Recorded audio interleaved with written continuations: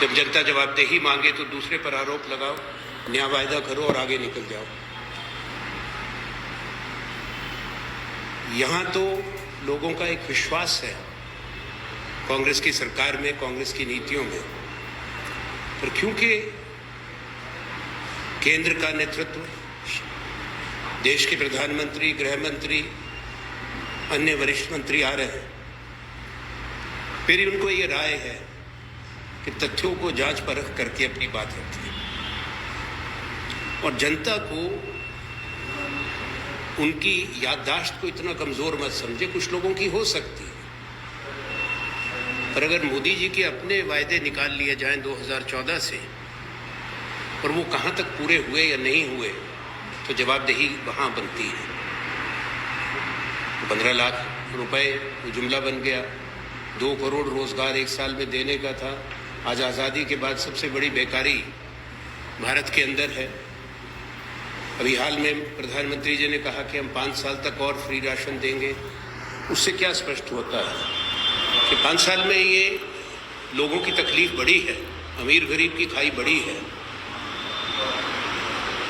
दुनिया में एक हंगर इंडेक्स बनता है कि किस देश में लोगों को पर्याप्त पोषण नहीं मिल रहा, भोजन नहीं मिल रहा, उसमें भारत का नंबर 111वें नंबर पर। अब एक तरफ हम और हमारे अंदर क्षमता है, विश्व की एक बड़ी शक्ति है, एक बहुत बड़ा देश है, फिर 111वें नंबर पे। अपने पड़ोसी राज्यों से भी दक्षिण एशिया में हम पीछे हैं, नेपाल से, बांग्लादेश से। अच्छी बात नहीं है हमारे लिए। तो इसका जवाब कौन देगा? जब अगर प्रश्न भी पूछे तो नाराज होते हैं। प्रजातंत्र में तो सवाल पूछे जाते हैं, जवाब मांगा जाता है, जवाबदेही तय की जाती है। तो दिल्ली की सरकार की बात हम बाद में तय करेंगे कि देश का तो कर्जा भी बढ़ गया, 174% कर्जा बढ़ा है 5 साल के अंदर। तो डेट टू जीडीपी रेशो जिसको कहा जाता है, वो 58 लाख करोड़ था, अब वो 160 लाख करोड़ के पास पहुंच गया। ये देश का कर्जा है। 10वां साल चल रहा है, 9 साल पूरे हो चुके हैं। भारत की जीडीपी दुगनी नहीं हुई। जहां प्रधानमंत्री डॉक्टर मनमोहन सिंह जी के कार्यकाल में हम छोड़ के गए थे, वाजपेयी जी से जब कार्यभार संभाला था उन्होंने, तो देश की जीडीपी $480 बिलियन थी और दुनिया की प्रथम औद्योगिक क्रांति के बाद पहला देश भारत बना, प्रथम देश। इंग्लैंड ने दुगनी की थी 1 दशक के अंदर, अमेरिका ने दूसरी औद्योगिक क्रांति के बाद 1 दशक में दुगनी करी। पहला देश जापान हुआ द्वितीय विश्व युद्ध के बाद, इसने 3 गुना की। दक्षिण कोरिया ने करी, चीन ने 1 दशक में करी 3 गुना। 15 साल के अंदर अंदर चीन काफी तेजी से आगे बढ़ा था। भारत प्रथम देश बना जिसने 1 दशक में 4 गुना अपनी जीडीपी बढ़ी। 2 ट्रिलियन अमेरिकी डॉलर पर हमने सौंपा ये देश। आज $4 ट्रिलियन नहीं हुआ, $3.3 ट्रिलियन।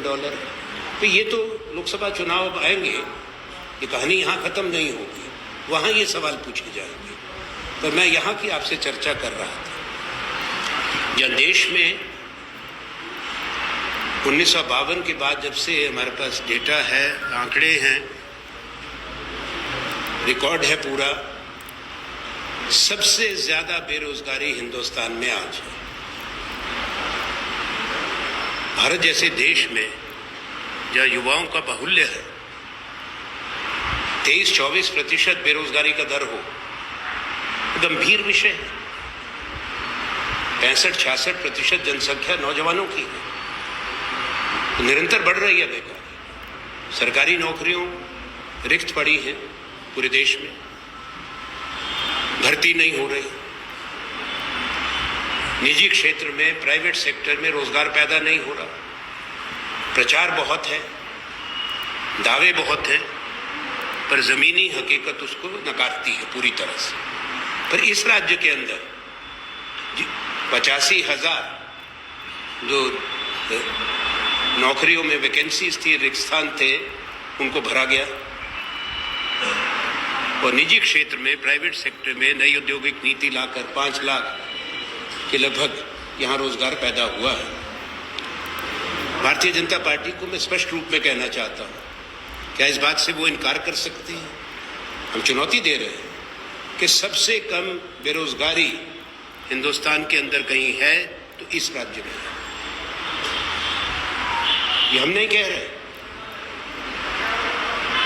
ये पब्लिश डेटा है, आप भी ढूंढ सकते हैं, सभा पढ़े लिखे हैं। 3.2% के आसपास मैक्सिमम वहां तक पहुंचा। बाकी राज्यों की हालत देखिए, पड़ोस में देखिए, मध्य प्रदेश की क्या हालत है। अभी तो मध्य प्रदेश का हिस्सा था, मध्य प्रदेश से अलग होकर जब नया राज्यों का गठन हुआ तब यहाँ आए। तो ये उपलब्धियां हैं। आपके यहाँ नौजवानों को बढ़ावा देने के लिए, निजी क्षेत्र में अपने व्यवसाय लगाने के लिए 50% सब्सिडी देना और सारे जो लैंड लीज थी उनको फ्री होल्ड करना, ये बड़े काम है। इसमें सरकार की सोच, एक प्रगतिशील सोच जो विकास से जुड़ी है, भविष्य से जुड़ी है, वो प्रतिबिंबित होती है। आपके रूरल इंडस्ट्रियल पार्क्स थे इस राज्य के अंदर, 300 बन गए, 700 और बनने का सरकार की प्रस्तावना है। स्कूल में, शिक्षा के क्षेत्र में स्वामी आत्मानंद जो स्कूल बनाए हैं, हिंदी अंग्रेजी दोनों, मैंने सुना लोकप्रिय हैं, लोग माँ बाप भी बच्चे भी पसंद करते हैं, आपको भी मालूम होगा। वो 727 खुल चुके हैं और 6,000 स्कूल खोले जाएंगे, ये कांग्रेस ने अपना वचन दिया है अपने इस चुनाव के घोषणा में। तो हम गारंटीज की बात करते हैं। महिलाओं को गैस सिलेंडर का 500 रुपए की सब्सिडी है। तो देश में सबसे कम कीमत का गैस सिलेंडर छत्तीसगढ़ में महिलाओं को, गृहिणियों को मिलेगा। स्वास्थ्य के क्षेत्र में अच्छे काम हैं। बीपीएल जो गरीबी रेखा से नीचे थे, उनका 50,000 से बढ़ा के 5 लाख करने का, एपीएल जो गरीबी रेखा के ऊपर थे, और नीचे का बढ़ा के 5 लाख से, जो गरीबी रेखा के नीचे थे बीपीएल, उनका 5 लाख से बढ़ा के 10 लाख किया जा रहा है। और बड़ी घोषणाएं हैं, आदिवासियों से संबंधित है। सेल्फ हेल्प ग्रुप जो महिलाओं के हैं, उनके कर्जे माफी की बात है। किसानों के कर्जे माफी की बात है। पीछे कर्जे माफ हुए थे लगभग 20 लाख किसानों के, 10,000 करोड़ के आसपास का पैसा था जो इस पे लगा।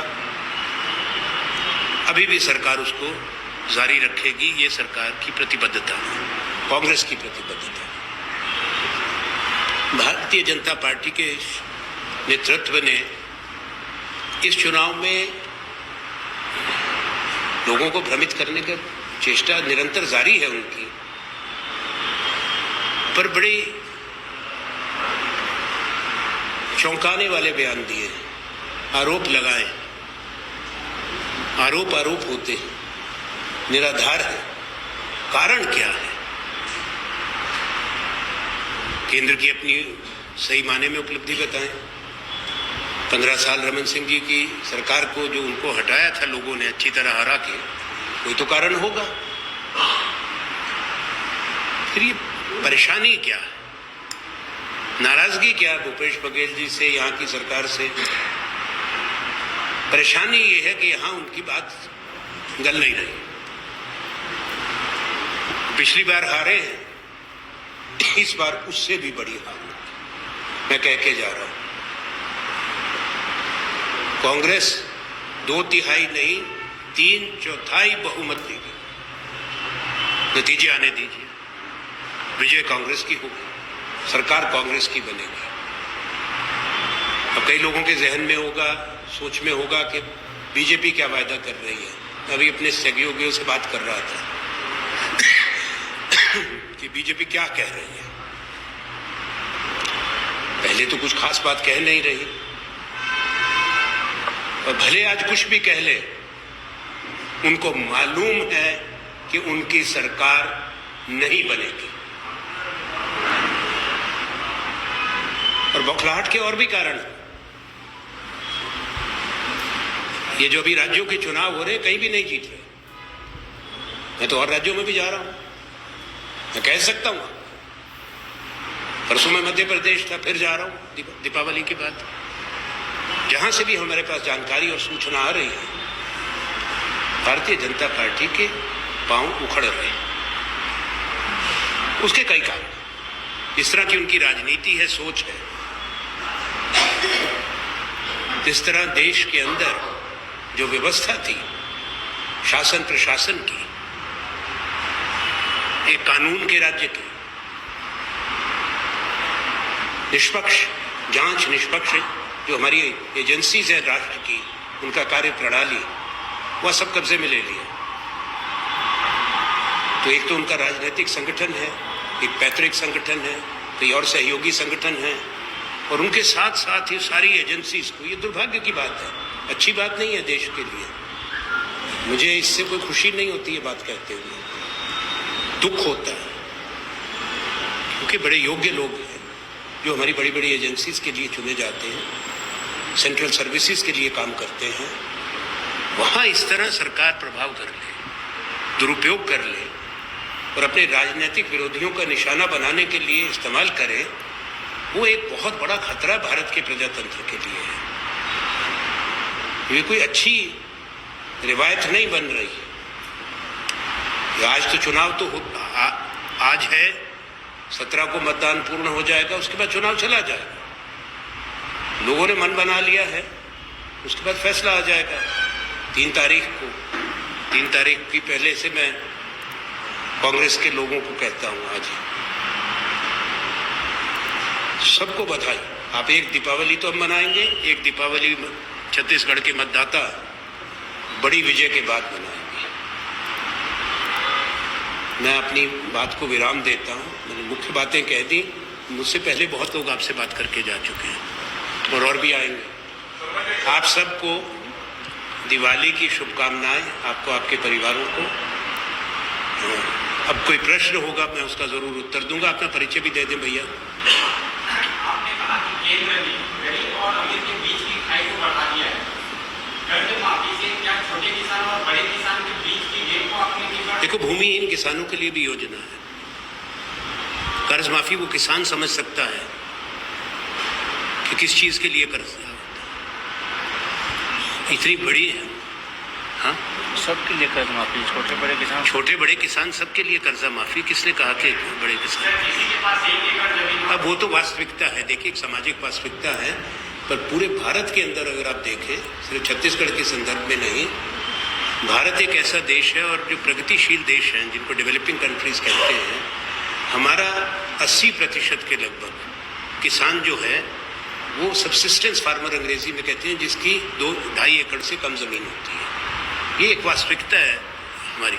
बड़े बड़े जो देश हैं, अमीर देश हैं, वहाँ हजारों एकड़ों में ज़मीन होती है, यहाँ नहीं है इसी तरह। इसलिए किसान, कभी फसल खराब हो जाए, कभी बारिश ना आए, तो किसान को मदद की ज़रूरत पड़ती है।